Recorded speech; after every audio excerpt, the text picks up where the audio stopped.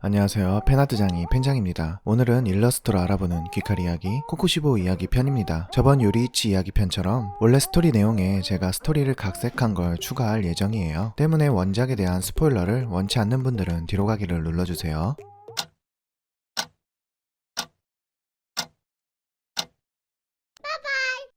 자, 그럼 지금 보고 있는 배경화면 속 코코시보는 지금 이곳에서 무엇을 하고 있는 걸까요? 좀 더 확대해 볼게요. 하늘엔 붉은 달이 떠 있고 일륜도로 보이는 칼들이 사방에 흩뿌려져 있습니다. 또 귀살대로 보이는 집단이 쓰러져 있는 모습이 보입니다. 그리고 가운데 홀로 서 있는 코코시보의 모습입니다. 코코시보가 이러고 있는 이유를 알기 위해선 그의 인생을 한번 되돌아볼 필요가 있습니다.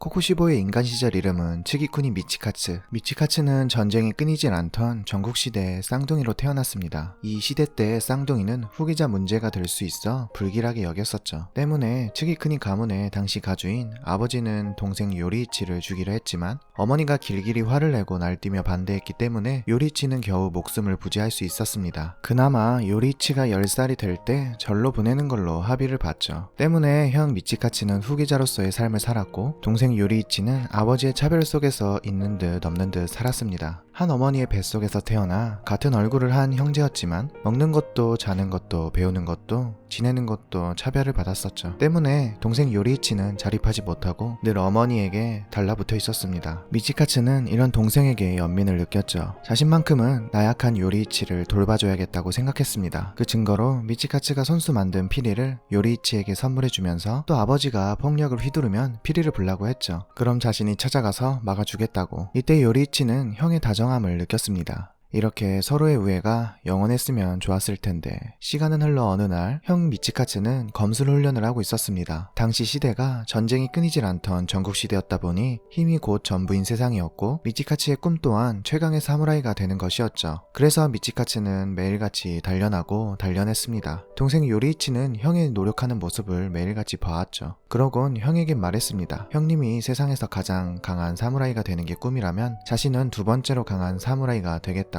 미치카츠는 자신이 지켜줘야만 하고 어리광만 부리며 나약하기만 한 요리이치가 철없는 소리를 한다고 생각하며 어이없어 했죠. 하지만 그 생각이 깨지는 건 그리 오래 걸리지 않았습니다. 여느 때와 같이 검술 훈련을 하고 있던 미치카츠에게 요리이치가 자신도 훈련을 해보겠다고 말을 걸어왔습니다. 이에 미치카츠의 검술 스승이자 아버지의 부하가 재밌겠다며 요리이치에게 목검을 쥐어주었죠. 그리고 스승과 동생이 바로 대련을 했습니다. 당연히 스승의 압도적인 승리를 예상하고 있던 미치카츠는 충격적인 광격을 목격합니다. 자신이 그렇게 노력해도 단 한 번도 이기지 못한 스승을 한평생 검을 쥐어본 적도 없으며 매일 어머니에게 기대기만 하는 어리광쟁이에 나약하기만 한 요리이치가 단 한 합에 압도해 이겨버린 것이었습니다. 이 시점을 기점으로 미치카츠는 동생 요리이치에 대한 감정이 연민과 사랑에서 점점 질투심으로 변하기 시작했습니다. 미치카츠는 요리이치의 강함이 궁금했습니다. 그래서 요리이치의 강함에 대해 끈질기게 물어봤고 여러 가지를 듣게 됐는데 당시엔 자세히 이해할 수 없었지만 훗날 알게 된 사실로는 요리이치가 태어날 때부터 가지고 있던 기분 나쁜 멍자국이라 생각했던 것이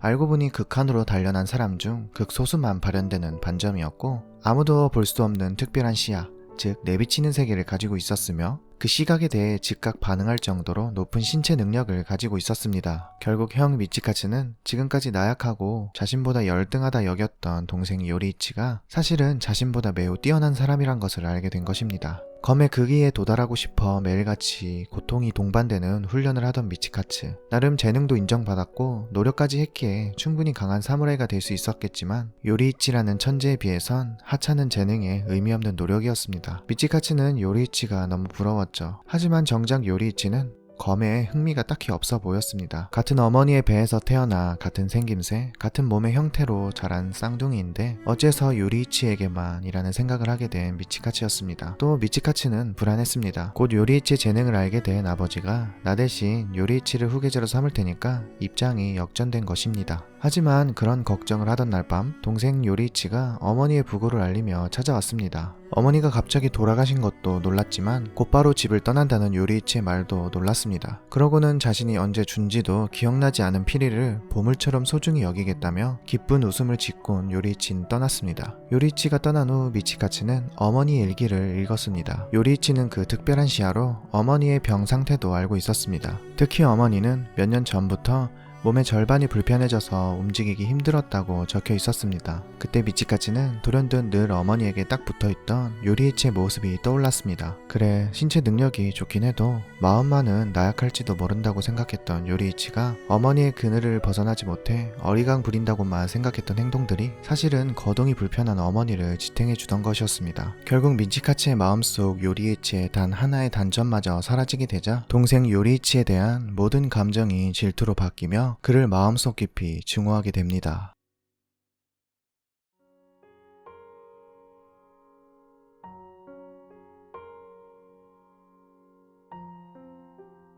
그로부터 10년이라는 시간이 흘러 미치카츠는 자신이 원하던 사무라이가 되었고 결혼도 하고 아이도 갖게 됩니다. 매우 평화로운 날들이 쭉 이어졌죠. 미치카츠는 이런 일상이 좋기도 했지만 어딘가 따분했고 세월이 매우 느리게 흐르는 느낌이 들었습니다. 하지만 그런 따분한 일상을 깬 사건이 일어났는데 어느 날 야영을 하던 중 오니의 습격을 받게 됩니다. 아무리 배워도 죽지 않는 인외의 존재 오니로 인해 부하들은 전부 죽어나갔죠. 자신의 칼도 부러졌습니다. 그런 절체절명의 상황일 때 한동안 잊고 살았던 자신과 닮은 또 다른 인외의 존재 요리이치와 재회하게 됩니다. 자신과 부하들이 얻지 못했던 오니를 단숨에 썰어버린 요리이치를 본 미치카츠는 지금껏 잊고 있던 질투와 증오의 감정이 솟아나 위가 끓어올랐습니다. 동시에 미치카츠는 요리이치의 강함을 어떻게 해서든 자신의 것으로 만들고 싶었고 가문도 집도 아내도 아이도 모두 버리고 요리이치를 따라 오니 사냥꾼이 됩니다. 과거와 달리 검과 기술에 대한 걸 알려주는 요리이치 덕에 미치카츠는 요리이치와 비슷한 모양의 반점이 발현됐고 호흡법도 배워 기술과 신체 능력이 이전과는 차원이 다른 레벨로 성장할 수 있었습니다. 다만 요리이치처럼 해호흡은 사용할 수 없어 해호흡을 기반으로 자신에게 맞는 호흡법을 개발했고 그것이 훗날 달의 호흡이 됩니다. 아무튼 미치카츠는 몇 년간의 성장으로 인해 자신의 꿈인 검술의 극위에 도달한 것만 같았습니다. 몇 년만 더 노력하면 요리이치에게도 도달할 수 있을지도 모른다는 희망이 생겼죠. 하지만 반점 소유자가 하나 둘씩 죽어나가자 희망은 곧 절망으로 바뀌었습니다. 곧 자신이 죽어 더는 단련할 수 없고 기술의 극위에도 도달하지 못하고 결국 요리이치를 단 한 번도 이기지 못한다고 생각하니 절망하고 좌절했습니다.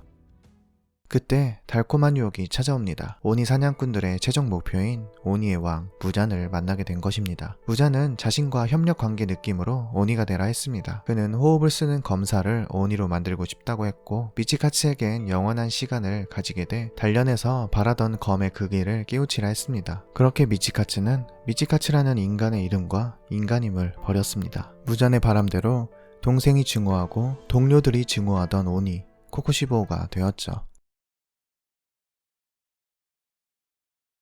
여기 부분은 여담인데 어디서 들은 정보입니다. 코코시보우가 오니가 되면서 무잔에게 귀살대 정보를 엄청 넘겨줬고 당대 우부야시키 당주의 목을 직접 잘라서 무잔에게 들고 갔다고 하네요. 또 이건 해외 사이트에서 본 자료인데 오니들은 인간에서 오니가 될 때 바라던 욕구나 욕망 등 어떤 강한 감정을 바탕으로 오니의 생김새가 결정된다고 합니다. 미치카츠는 오니가 되면서 요리이치가 보던 특별한 시야를 원했고 그 시야라는 특정성이 미치카츠에게 적용돼 눈이 6개인 코코시보우가 된 거라고 하네요.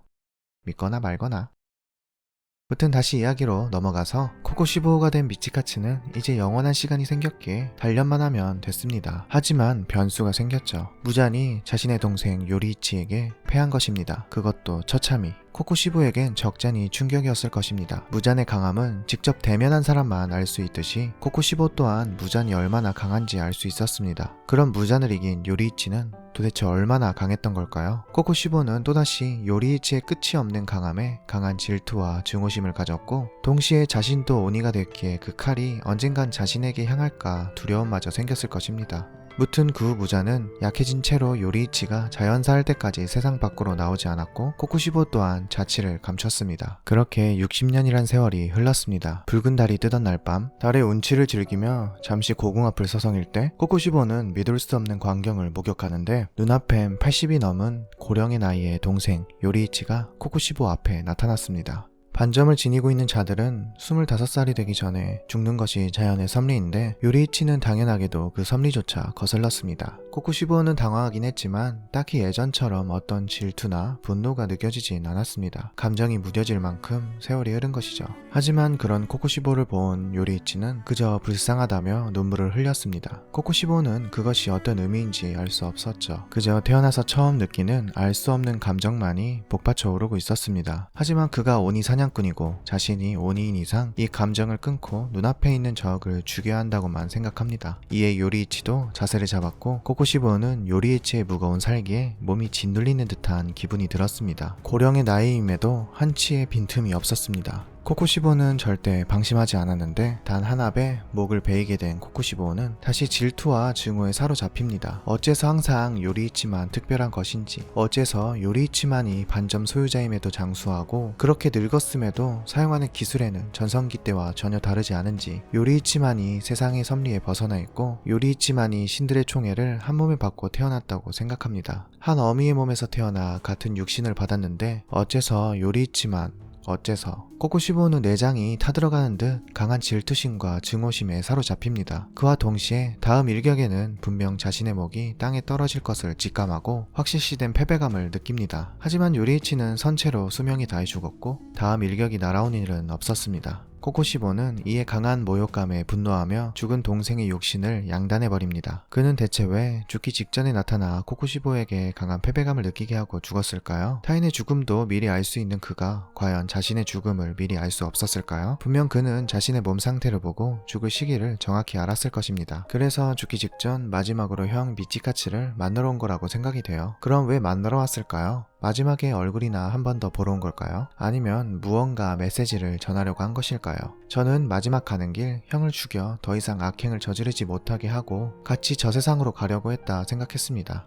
귀칼 세계관에는 확실히 저승이 존재하니까 그럴 수도 있다고 생각했죠. 하지만 결과적으로 형을 죽이지 못했습니다. 요리이치 실력이라면 한 합에 바로 코쿠시보의 목을 떨어뜨릴 수 있었을 텐데 말이죠. 결국 요리이치는 형을 너무 사랑해서 죽이지 못한 게 아닐까요? 같이 죽기 위해 목을 베으려고 했지만 목에 칼이 들어가는 순간 칼을 살짝 비껴서 베어버린 것이라고 생각이 됩니다. 아무튼 이런 요리이치의 마음을 코쿠시보는 끝끝내 이해하지 못했죠. 자신이 양단한 동생의 품속에서 자신이 만들어준 피리를 보고도 알 수 없는 감정만을 느낄 뿐이었으니까요.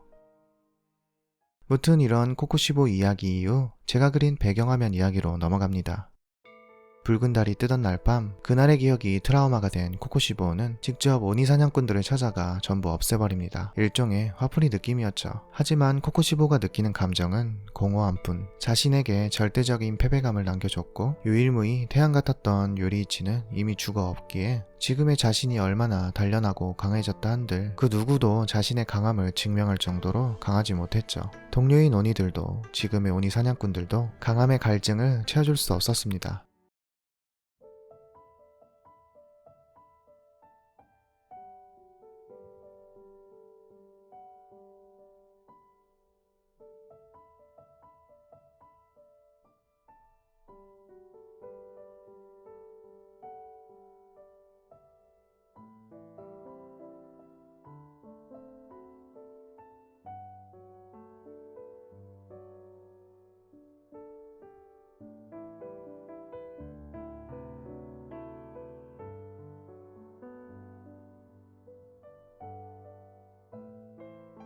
라는 느낌으로 그림을 그려봤습니다.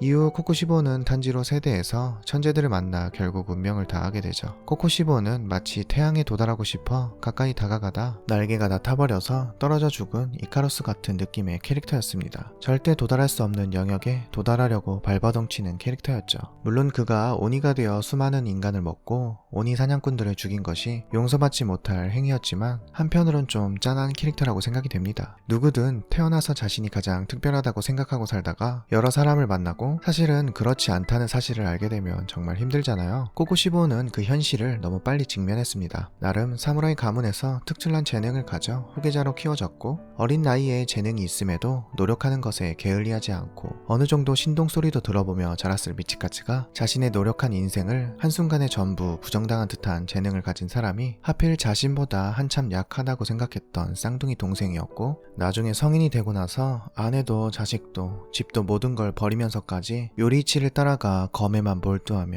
열심히 노력하고 반점도 발현하고 기술의 수준도 한참 높여놨는데 알고 보니 반점에 부작용이 있었고 시한부의 인생을 받았을 땐 무슨 기분이었을지. 또 오니가 되면서까지 수십 년 노력하고 수련했지만 바로 그걸 부정당하듯 늙은 요리이치한테 단 하나 배 썰리고 그로부터 또 몇백 년 동안 더 노력하고 수련했는데 말도 안 되는 재능과 집념을 가진 오니 사냥꾼들에게 결국 패배하죠. 결국 코쿠시보는 한평생 노력만 하다가 아무것도 남기지 못하고 죽은 인물이었습니다. 작중에서 그가 말한 듯 자신은 무엇을 위해 태어난 것인가에 대한 답을 그 긴 세월 동안 찾지 못하다가 죽을 때가 돼서야 요리치처럼 되고 싶었다며 독백하던 모습이 참 안쓰럽네요.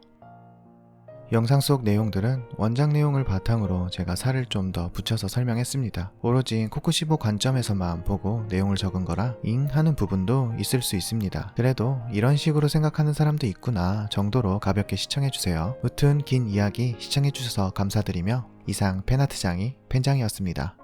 감사합니다.